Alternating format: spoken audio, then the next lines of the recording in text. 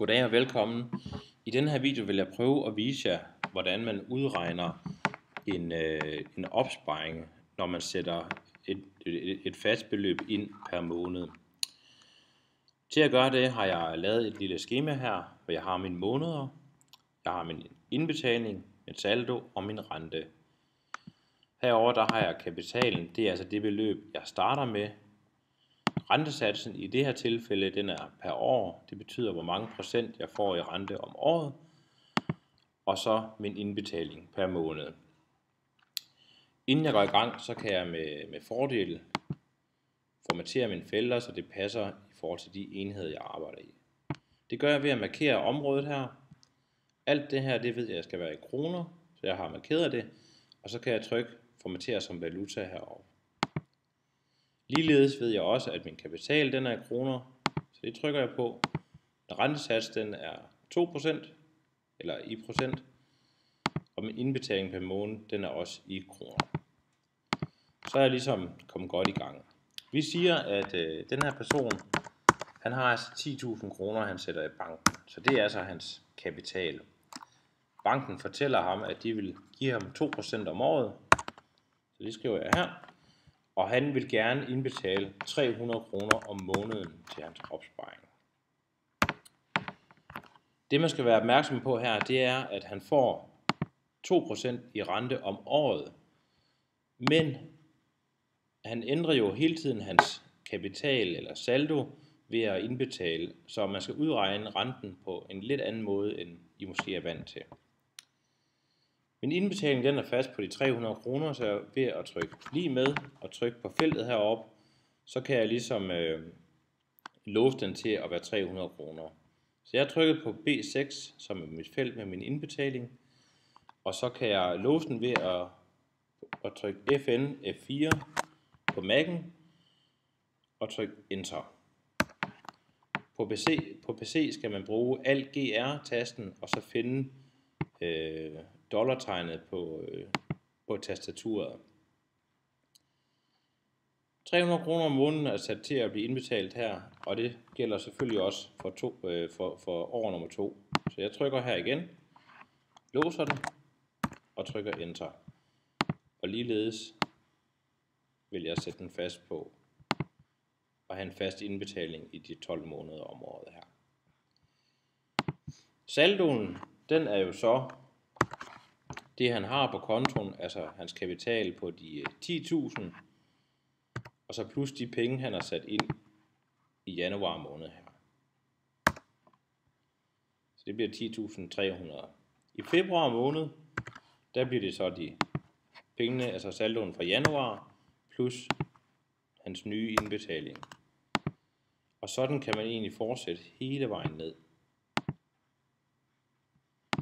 Renten den skal udregnes ved at man siger hans saldo gange hans procent han får i rente, og læg mærke til det her felt skal jeg igen låse, fordi det er det samme felt jeg skal bruge hele tiden. Så ligesom før, så låser jeg det felt, og så skal jeg gange det med 30 divideret med 360. Fordi jeg skal gange det med 30 divideret med 360, det er fordi, at en bankmåned er altid 30 dage, og et bankår er altid 360. Så jeg trykker Enter,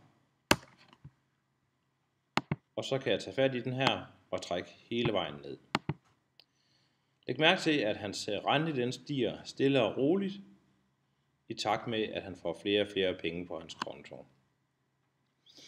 Nu skal vi finde ud af, hvad hans saldo den er efter første termin, altså efter et år. Så jeg er nødt til at tage alle de renter, jeg har udregnet her, og tage summen af dem. Det kan man gøre ved at slå sum, starte med en parentes, markere feltet ned, og så parentes slut. Så finder man ud af, at han har tjent 239 kroner i rente. Så hans saldo efter første termin bliver altså det han havde i december, plus det han har fået i rente. Så han er så oppe på de 13.839. Nu skal vi i gang med det nye år, Og der er det vigtigt, at man ikke går ind og bruger det samme tal, som man gjorde før, men tager fat i det her tal, altså hvor meget han havde efter første termin, det er det, han skal tage med ind i anden termin. Så jeg trykker lige med, trykker på det, jeg havde efter første termin, og plusser med min indbetaling. Så er det egentlig cirka samme princip som før. Jeg trykker lige med det, jeg havde for foregående måned, plus den nye indbetaling. Og jeg tager fat og trækker hele vejen ned. Renten beregnes på samme måde. Jeg har min saldo, ganger med min procentsats. Igen skal den også låses, fordi det er den samme procentsats hele tiden. Og det ganger jeg igen med de 30 divideret med 360 dage.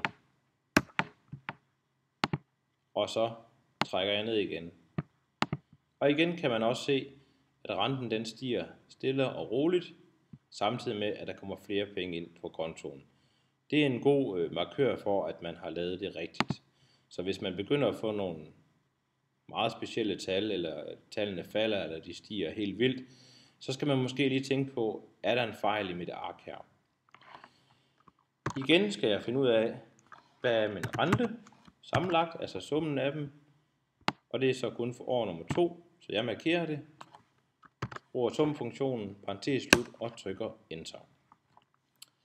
Så min rente efter 2 år vil så være, jeg har de 17.439 plus min nye rente. Så jeg ender på 17.754,78. For god ordens skyld kan man lige markere dem her, og så trykke på fed, således at de er lidt mere fremtrædende end de andre. Det er sådan, man udregner renten på en opsparing, hvor man har en løbende indbetaling, men kun får rente per år. Havde man fået rente per halve år, så har man så skulle gøre det her efter juni måned i stedet for december. Men det kan være meget forskelligt, hvordan og hvorledes banken lige tilbyder det.